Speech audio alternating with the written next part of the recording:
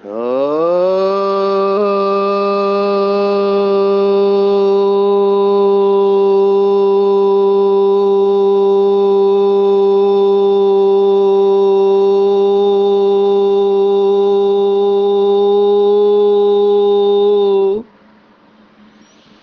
शांति।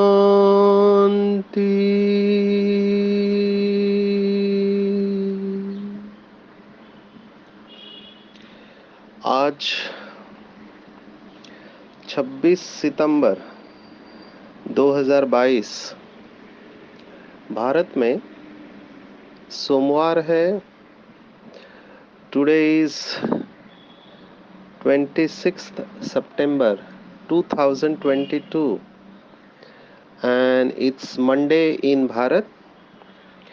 आज की मुरली का जादुई रहस्य स्वयं को प्रेरणा देने के लिए magical secrets of today's Murli for motivating the self. आज विशेष भारतवर्ष में और विदेशों में नवरात्रि का पर्व इसकी शुरुआत है। भारत में भी अलग अलग दिनों में ये मनाया जाता है। तो कई भाई बहनों ने इसके ऊपर रिक्वेस्ट किया है कि इसके बारे में कुछ हमको बताए। अभी मुरली के रहस्य में ये बातें डालना मुझे ठीक नहीं लग रहा है। तो जो भी इंटरेस्टेड है वो मुझे पर्सनल व्हाट्सअप करे तो हम आपको एपिसोड भेज सकते हैं। कल संडे को अमावस्या थी, सर्वपितृ अमावस्या कहते हैं।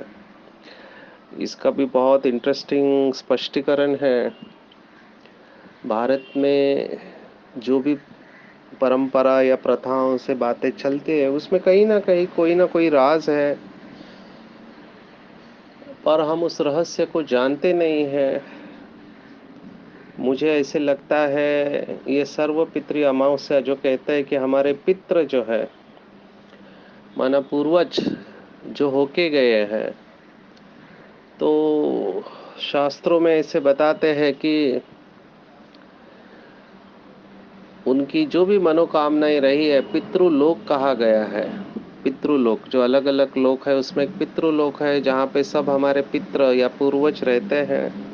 एक दिन वो नीचे आते हैं, उनका प्रिय भोजन उनको खिलाया जाता है, तो वो आशीर्वाद देकर जाते हैं। तो ये बड़ी प्राचीन मान्यता है, द्वापर युग से चली आई है। पहले तो बाबा कहते हैं कि ब्राह्मणों में ये ताकत थी तो वो आत्मा आ जाती थी। इसका भी स्पष्टीकरण है, जब उसने शरीर छोड़ दिया नए शरीर में तो वो आत्मा कहाँ से आती है। ये प्रश्न भी हमें पूछा जाता है, क्योंकि बाबा भी कहता है कि दादी को वतन में बुलाया था या एडवांस पार्टी वाली आत्माएं वतन में आई थी, तो वो कहाँ से आती है जबकि उनका जन्म हो चुका है। श्री कृष्ण की आत्मा आती है या सतयुग के देवी देवताओं की आत्माएं आती है। अभी वो है नहीं, अलग शरीर में है। देवताएं तो अभी है ही नहीं, फिर उनकी आत्मा कहाँ से आती है, तो इसका स्पष्टीकरण है। तो पहले तो पितृपक्ष के पीछे जो राज ये है कि हमको सबसे आशीर्वाद लेना चाहिए। जो होके गए हैं वो आत्माएं कहीं ना कहीं होंगी। सबसे बड़े पूर्वज तो हम ही है, क्योंकि हम 84 जन्म लिए हुए हैं, तो हम ही सबके पूर्वज हैं। कल्प वृक्ष की जड़ में शिव बाबा के साथ है और तना बन के भी हम ही फाउंडेशन है। तो वास्तविकता में देखा जाए तो जब हम भोग लगाते हैं हम अपने आप को ही भोग लगा रहे हैं। जो बाबा कहता है आपे ही पूज्य आपे ही पुजारी, तो हम अपने आप को ही भोग लगा रहे हैं। और वो आत्माएं जो रिसेंट में अभी हमारे लौकिक घर से या अलौकिक घर से शरीर छोड़े हुए हैं, उनकी विशेषताओं को याद करके उन्होंने हमको जो सुख दिया जब वो साकार में थे, तो उनके प्रति कृतज्ञता भाव धन्यवाद भाव को हम व्यक्त करते हैं। और उस बहाने आप देखो तो सभी पंछी जानवर सबको भोजन मिलता है, तो मल्टीपर्पज है इसमें। लेकिन मेन भाव है कि कृतज्ञता भाव, दूसरों को सम्मान देने का भाव। ये भाव अगर जनरेट हो रहा है तो बहुत बड़ी बात है। इसके आगे चलकर हम कहेंगे कि मरने के बाद तो सभी हार पहनाते हैं, अच्छी बातें कहते हैं या भोग लगाते हैं। थोड़ा जिंदा होते हुए भी ये बातें करनी चाहिए, क्योंकि जिंदा होते हुए हम इन हमारे वरिष्ठों को पूछते नहीं हैं, उनके लिए समय नहीं देते हैं, और मरने के बाद रोने का क्या फायदा। माना उनके पास वो वाइब्रेशन कैसे पहुंचेंगे। तो अब भी अंतिम समय है। मैं चाहूंगा अगर किसी के साथ अनबन हुई है, किसी के साथ रिश्ते खराब है, तो माफी मांग के उसको क्लोज कर देना चाहिए अकाउंट को।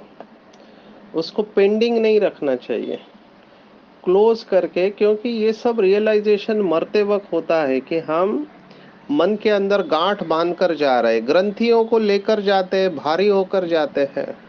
तो भारी होकर शरीर नहीं छोड़ना है, सबको संतुष्ट करके, सबकी दुआएं लेकर बाबा की याद में शरीर छोड़ना है। तो ये सब कहने का भाव यही था कि पितृपक्ष में हम क्या करें कि जितने भी हमारे पूर्वज होके गए हैं, जिनको हम जानते हैं या नहीं भी जानते हैं, केवल हमारे घर के ही नहीं, सभी आत्माएं इस समय, उन सब के लिए धन्यवाद देना चाहिए। अंग्रेजी में कहते एक शब्द प्रार्थना का है, थैंक यू। इस समय एक हीलिंग मेथड जो बहुत प्रचलित हो रही है, आपने नाम थोड़ा विचित्र है, हो पोनो पोनो पोनो ऐसे कुछ नाम है। उसमें उन्होंने इतना सुंदर प्रयोग किया कि 4 शब्दों से सभी बीमारियां ठीक होती है, रिश्ते ठीक हो जाते हैं। 4 शब्द है अंग्रेजी के, वो इस तरह से है, I am sorry, please forgive me, thank you and I love you. माना मैं आपसे माफी मांगता हूँ, मुझे माफ करो, आपका धन्यवाद, और मैं आपसे स्नेह रखता हूँ। ये 4 बातें अगर दिल से कही जाए तो इसके ऊपर बहुत सुंदर रिजल्ट मिलेगा। लेकिन ये दिल से होना चाहिए। तो आज के दिन जो भी लोग हमारे इस जीवन में आए हैं या पिछले जीवन में आए हैं, उन सबको धन्यवाद देने का दिन है, उनके प्रति कृतज्ञता भाव रखने का दिन है। तो अल्टीमेटली हमारे दिल से स्नेह का भाव हर एक के लिए उत्पन्न हो।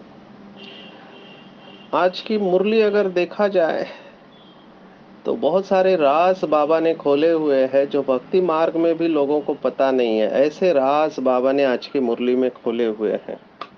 भगवान है ड्रामा का क्रिएटर, एक्टर, मुख्य एक्टर, डायरेक्टर है, कल्प वृक्ष का बीज है।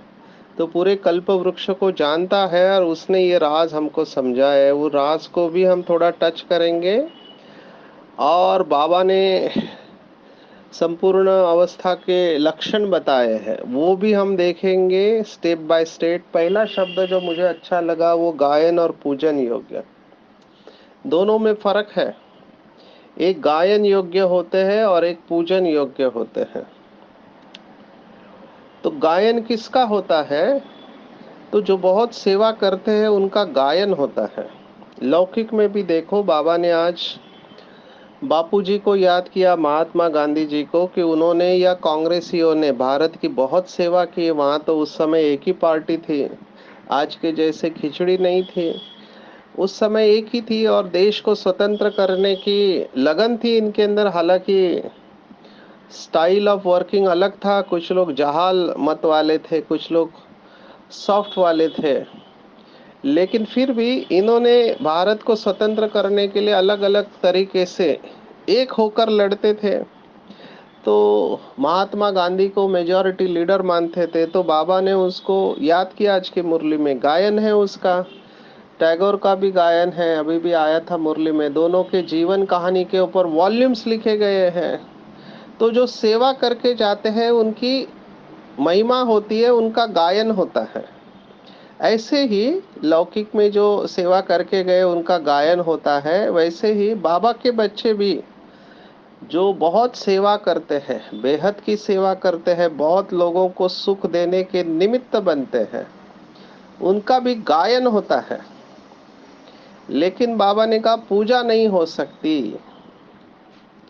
क्योंकि पूजा के लिए पवित्रता चाहिए। और शरीर इस समय आप कुछ भी करो, आत्मा भले पवित्र बन रही है लेकिन शरीर पवित्र नहीं है। तो देवी देवता है जिनकी आत्मा भी पवित्र है और शरीर भी पवित्र है, तो फिर उनका पूजन होता है। तो हमारा पूजन नहीं हो सकता, ना हमको अपनी पूजा करवानी चाहिए।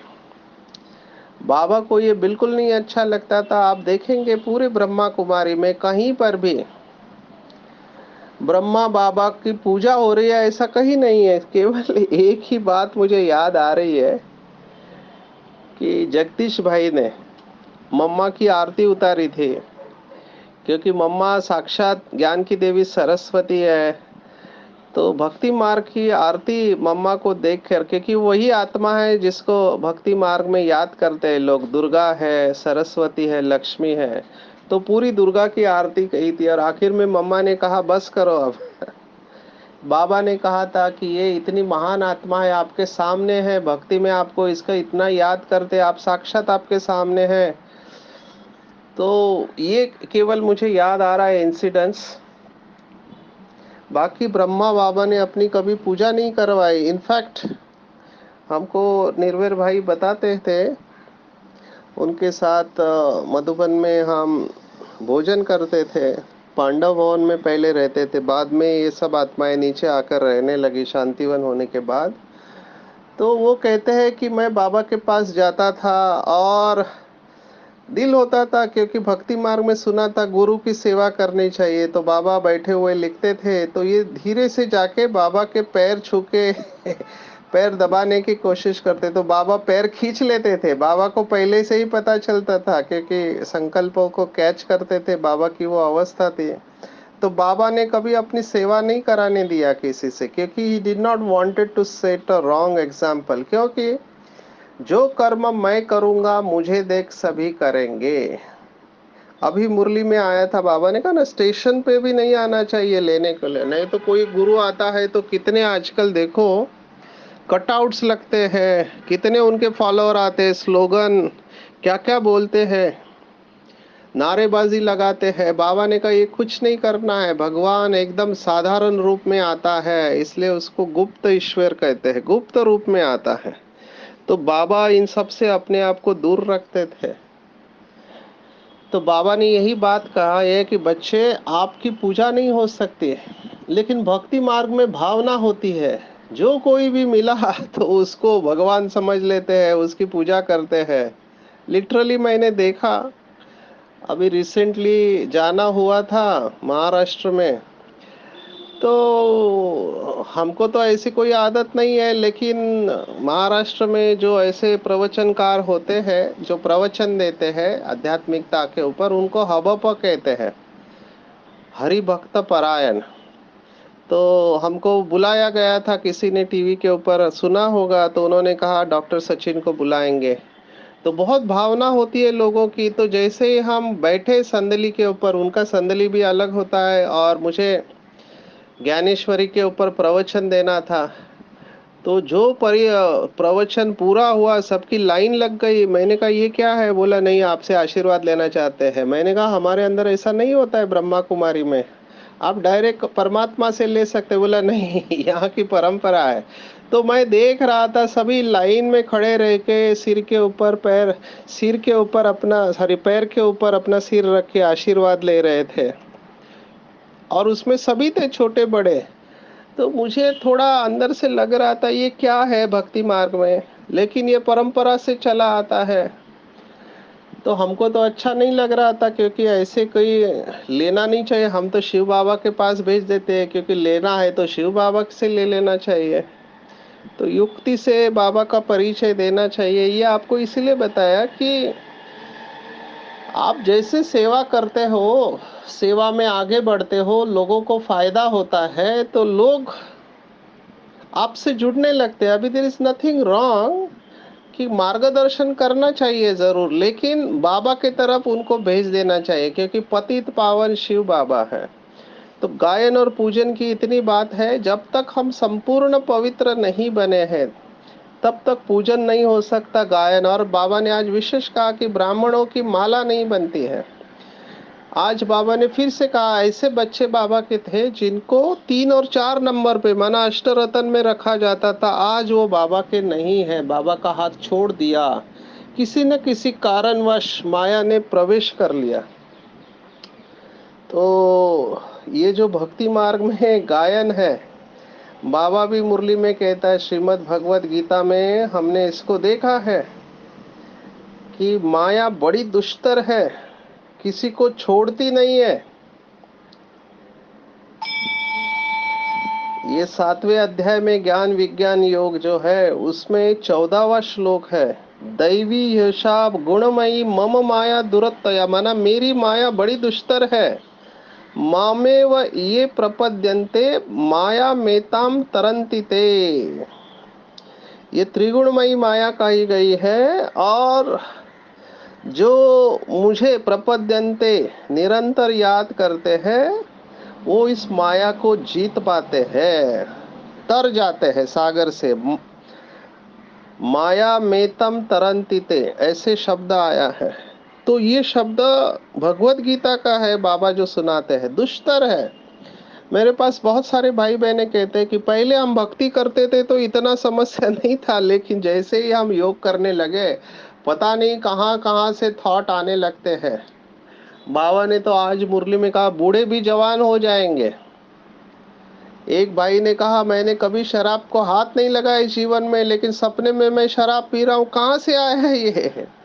तो कहीं ना कहीं छुपी हुई स्मृतियां रहती है, इस जन्म की या पिछले जन्म की। किसी को विकार के थॉट आने लगते हैं, स्वप्न में माया परेशान करेगी, बाबा ने कहा, क्योंकि दिन में तो हमारा चेतन मन जो होता है, कॉन्शियस माइंड, हम उसको दबा लेते हैं अपने विल पावर से। समझो किसी को देख के हम प्रभावित हो जाते हैं, वृत्ति चंचल हो जाती है, तो तुरंत उसको दबा लिया आपने, लेकिन वो थॉट तो अंदर पड़ा हुआ है। तो जैसे ही रात को सोते हैं तो क्या होता है, हमारा चेतन मन एक प्रकार का ढक्कन होता है जिसने बंद करके रखा हुआ है, तो ढक्कन खुल जाता है और अंदर जो भरा हुआ है सब बाहर आ जाता है। अभी ये होना चाहिए कि नहीं होनी चाहिए? मैं कहूँगा होता है तो भी अच्छा, नहीं होता है तो भी अच्छा। मुझे अपने आप को परेशान नहीं करना चाहिए। बाबा ने आज उदाहरण दिया है कि वैद्य जो है जब इलाज करते हैं तो कहते हैं बीमारी बढ़ेगी, ये एक मैकेनिज्म है। होम्योपैथी में विशेष कहते हैं, आयुर्वेदा में, कि बीमारी बढ़ती है, पर वो बढ़ती है माना क्या, वो अंदर से बाहर आती है और फिर खत्म हो जाती है। और जब ये बढ़ती है मतलब पुराने संस्कार बाहर आते हैं, तब लोग परेशान हो जाते हैं, और इसमें से कोई नहीं बचा है। अच्छे अच्छे योगियों को माया ऐसे पकड़ती है। अगर इस समय हमने कड़ी तपस्या नहीं किया तो फिर बहुत परेशान हो जाएगा। और मैं देख रहा हूँ कई आत्माएं इस मोड में रहते हैं, स्ट्रगल मोड में रहते हैं, फाइट मोड में, जिसको कहा गया है युद्ध का मैदान है। और परमात्मा हमको युद्ध में स्थिर करता है, इसलिए उसका एक नाम युधिष्ठिर है। युद्ध में स्थिर करने वाला धर्मराज शिव बाबा है, जो हमको कर्मों की गुह्य गति बताते हैं। तो हमने ये श्लोक भी देखा दूसरे अध्याय में, उत्तिष्ठ उत्तिष्ठ उत्तिष्ठ, माना आप खड़े हो जाओ। तस्मात् उत्तिष्ठ कौन्तेय युद्धाय कृत निश्चया, हतो व प्राप्स्यसि स्वर्गम जीत्वा व भोक्ष्यसि महीम। माना अगर आप मर गए तो स्वर्ग का राज्य भाग्य भोगोगे, और जीते रहे तो इस धरती पर राज्य को भोगोगे। इसलिए कौन्तेय, कुंती पुत्र अर्जुन, निश्चय करके युद्ध करो। ये भगवत गीता का दूसरे अध्याय का 37वां श्लोक है। तो ये श्लोक मुझे बहुत अच्छा लगता है। जब भी ऐसी कोई परिस्थिति आती है, मैं ये श्लोक को रिवाइज करता हूँ। उत्तिष्ठ उत्तिष्ठ उत्तिष्ठ तस्मात् उत्तिष्ठ कौन्तेय युद्धाय कृतनिश्चया। युद्ध में हिम्मत नहीं हारना है, क्योंकि आपने सर्वशक्तिवान माया को चैलेंज किया है। ये कहानी है दिए की और तूफान की। कहाँ तूफान और कहाँ एक छोटा सा दिया। लेकिन वही बात है भगवत गीता का लास्ट श्लोक, यत्र योगेश्वरः कृष्ण यत्र पार्थो धनुर्धरः तत्र श्री विजयो। जहाँ योगेश्वर है और पार्थ अर्जुन है, माना जहाँ शिव है और शक्ति है, जहाँ बाप है और बच्चे हैं, ये डेडली कॉम्बिनेशन है। वहाँ संसार की कोई भी ताकत इंक्लूडिंग माया हमको हरा नहीं सकती। हमारी विजय श्री ऐश्वर्य निश्चित है। तो बाबा यही आज धीरज दे रहे कि बच्चे हिम्मत नहीं हारो, चाहे कुछ भी हो जाए आप हिम्मत नहीं हारो, क्योंकि ये पेपर आने ही है। बीके लाइफ में जैसे आप आगे बढ़ोगे, माया दिन ब दिन रॉयल होते जाएगी। और जब आप संपूर्ण अवस्था तक पहुंचोगे, जिसको बाबा 2 दिन से ये शब्द इस्तेमाल कर रहे हैं, पराकाष्ठा। पराकाष्ठा शब्द को समझना है। पराकाष्ठा माना चरम सीमा, जिसको अंग्रेजी में कहते हैं पीक या क्लाइमैक्स। आप संपूर्णता के एकदम नजदीक पहुंच जाओगे, कर्मातीत अवस्था, कर्म बंधन मुक्त फरिश्ता अवस्था। तभी बाबा ने कहा किसी भी प्रकार के माया के तूफान हमको हिला नहीं सकते हैं, हम अचल अडोल बन जाएंगे। अभी इसके लिए योग अच्छा चाहिए, धारणा अच्छी चाहिए, अटेंशन चाहिए। और मैं हमेशा पीछे आने वालों को ये कहता हूँ, क्योंकि ये मुरली सीक्रेट्स है, मोटिवेशन के लिए है। तो ऐसी बातों को जो हमको मोटिवेट करती है, हमारा उमंग उत्साह बढ़ाती है, उनको हमेशा अपने तुनीर में, माना जैसे बांध रखते हैं ना, तो अपने पास अपने बुद्धि में उनको इमर्ज करके रखना है कि 7 दिन वाला बाबा का बच्चा भी 30 साल वाले से आगे जा सकता है। जो रोज मुरली 7-8 बार पढ़ता है, वो टीचर से भी आगे जा सकता है। ये बाबा के महावाक्य है। आगे चलकर अहिल्याए कुब्जाए गणिकाए, ये भी आगे चली जाएगी।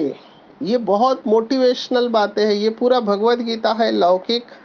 हमने देखा पापियों में से भी पापी, अपिछेदसी पापेभ्याम, ये हमने श्लोक देखा। पापियों में से भी पापी अगर एक शिव बाबा के शरण में आ जाए सच्ची दिल से, तो वो बहुत ऊंच पद प्राप्त कर सकता है। भगवत गीता लौकिक भी कहते क्षिप्रम भवति धर्मात्मा। तो ऐसे हिम्मत नहीं हारना चाहिए, चाहे कुछ भी हो जाए, कम वॉट में। कल मैं महाराष्ट्र में था। अभी क्या लोग सेवा कर रहे हैं। बाबा जो मुरली में कहता है कि गणिक क्या है, अहिल्या है, जिनको समाज ने ठुकरा दिया है, उनकी सेवा करने वाले बाबा के बच्चे। Hats off to this souls. इन आत्माओं के आगे हम नतमस्तक हो जाते हैं, क्योंकि जो अच्छे लोग हैं, अच्छे घर से, अच्छे लोगों को अच्छा बनाना बड़ी बात नहीं है। बड़ी बात वो है कि जिसको दुनिया ने होपलेस कह दिया, उनके अंदर होप पैदा करना, ये बड़ी बात है। तो ऐसे बाबा के बच्चे से मिलके बहुत खुशी हुई, और बाबा इनको डेफिनेटली बहुत शक्ति देगा, ऐसे अनुभव होता है। आज बाबा ने विशेष माताओं को फिर से याद किया है। देखो बाबा बंधन से कैसे छुड़ाता है। बाबा ने ऑब्जेक्शन लिया कि ये फोटो निकाल देना चाहिए। लौकिक में भी ब्रह्मा बाप को ये फोटो अच्छा नहीं लगता था कि लक्ष्मी नारायण का पाँव दबा रही है। उनका नारायण से बहुत प्यार करते थे ब्रह्मा बाबा, इसलिए अपने बेटे का नाम भी नारायण ही रखा था उन्होंने। क्योंकि भक्ति मार्ग की कहानी है अजामिल पापी की, कि मरते वक्त उसने बेटे को याद किया नारायण नारायण, तो उसकी सदगति हो गई। ये भक्ति मार्ग की मान्यता है। तो नारायण की बहुत भक्ति करते थे, पता ही नहीं था अहम विष्णु चतुर्भुजम ततत्वम। जब उनको ये पता चला, और हम सब बच्चे उसी कैटेगरी में आते हैं कि हम ही देवता थे और हम भूल चुके हैं। तो बाबा ने आज इसको फिर से याद किया कि लक्ष्मी हाफ पार्टनर है, और हाफ पार्टनर पैर क्यों दबाएंगे। लेकिन भक्ति मार्ग में ये दिमाग में डाल दिया है कि पति ही तुम्हारा परमेश्वर है, उसके चरण धोकर पानी पीना चाहिए। बाबा ने आज कहा सिविल मैरिज में ये कुछ नहीं है ऐसा। भले वो पति दारू पीने वाला हो, लात मार रहा हो, है ना, माताओं के ऊपर अत्याचार करने वाला, फिर भी कहते हैं कि तुम्हारा गुरु है। तो ये सब बिलीफ्स है, इनको तोड़ना है। बाबा इस अंधश्रद्धा को दूर कर रहा है। हाफ पार्टनर है, उसका भी उतना ही अधिकार है। फिर राधा स्वामी, बाबा ने कहा राधा का स्वामी कहाँ है, वो तो लक्ष्मी का स्वामी है। राधा कुमारी है, श्री कृष्ण भी कुमार है, दोनों के अलग अलग राज्य है, बचपन में खेलते होंगे। तो बाबा ने ये सब प्रश्न भक्ति मार के उसके ऊपर प्रश्न खड़े किए हैं, कहानियां हैं। कहते राम को 4 भाई थे, तो बाबा ने कहा गलत, वहां पे एक बच्चा और एक बच्ची होती है, कायदेशीर चलता है। तो ऐसे बहुत सारे भक्ति मार्ग की बातों के ऊपर बाबा ने आज रहस्य खोला है कि ये रस्म रिवाज हमको बदलनी चाहिए। और बाबा ने कहा कहाँ की बात कहाँ लेकर गए। मैं आकर द्रौपदियों के पैर दबाता हूँ, क्योंकि बहुत थकी हुई है माताएं। तो बाबा उनके पैर दबाता है। एक्चुअली ये बात माताओं की नहीं, सभी आत्माओं की भी बात है, क्योंकि आत्माएं थकी हुई है, विशेष माता है, तो माताओं के लिए बाबा आया है।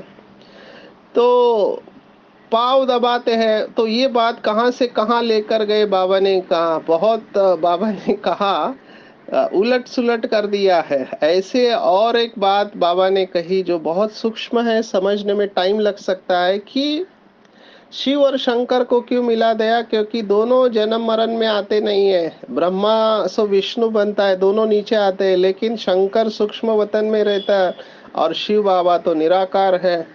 तो दोनों सूक्ष्म है। तो ये भी एक राज बाबा ने आज बता दिया है।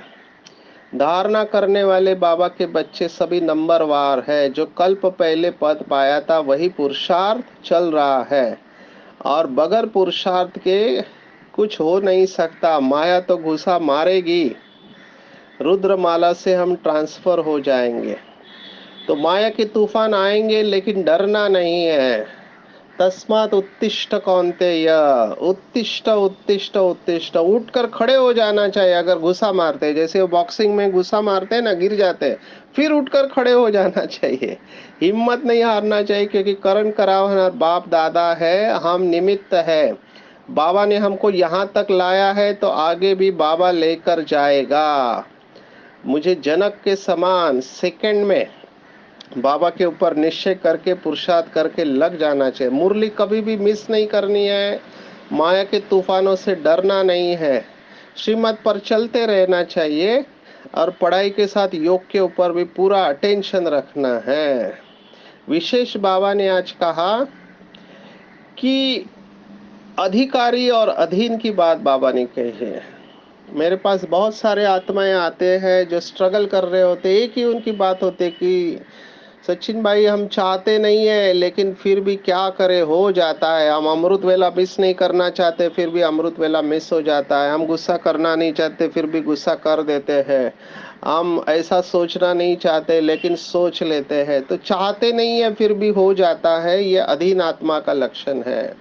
और बाबा ने उसका सॉल्यूशन दिया है कि आप सीट पर बैठकर ऑर्डर करो। जैसे जब सीट पर मिनिस्टर बैठ के अधिकारी ऑर्डर देते हैं तो सबको फॉलो करना होता है, ऐसे हमारा सीट है अकाल तख्त। आत्मा का जो कल मुरली चला, आत्मा का अभ्यास करना चाहिए कि मैं अकाल तख्त नशीन आत्मा हूँ। तो अकाल तख्त पर बैठकर कर्म करते हैं, उनके कर्म श्रेष्ठ होती है, क्योंकि सभी कर्मेंद्रिया लॉ एंड ऑर्डर पर चलती है। और अगर कोई तख्त पर नहीं बैठ सकता, चल सकता, तो उसका ऑर्डर नहीं माना जाएगा। इसलिए तख्त नशीन आत्मा का कर्म हमेशा यथार्थ होता है और उसको प्रत्यक्ष फल मिलती है, वो है खुशी। तो ऐसे कर्म योगी बनने के लिए बाबा ने कहा। और इसका सरल तरीका जो मुझे लगता है कि जो बाबा की दिनचर्या है, जिसको बाबा ने कहा आज की मुरली में ब्राह्मण कल्चर। एक बार विदेशियों को कहा था कि ये फॉरेन का कल्चर और इंडिया का कल्चर ये नहीं बोलना चाहिए, सब ब्राह्मण कल्चर है, क्योंकि बाबा ने दिनचर्या दी हुई है, नियम बताए हुए हैं। तो जो भी अमृत वेले से रात तक बाबा ने जो दिनचर्या बताई है, जो बाबा का कल्चर बाबा ने बताया हुआ है, खान पान की शुद्धि, दृष्टि वृत्ति की पवित्रता, मुरली, योग, मनन चिंतन, चार्ट रखना, अगर इसको हम फॉलो करते हैं तो वही ब्रह्मा बाप के प्यारे फरिश्ते बन जाते हैं। तो आज के पूरी मुरली में हम यही ध्यान में रखेंगे कि चाहे कितने भी तूफान आए, माया कितना भी हिलाने की कोशिश करे, लेकिन अचल अड़ोल हो बनना है, निश्चय बुद्धि रहना है और अकाल तख्त नशीन बनकर अपनी सीट पर सेट होके ऑर्डर देना है। तभी ये कर्मेंद्रिया हमारे कंट्रोल में रहेंगी और हम कर्मेंद्रिय जीत, माया जीत, प्रकृति जीत, कर्मातीत फरिश्ता बन पाएंगे। अच्छा, ओम शांति।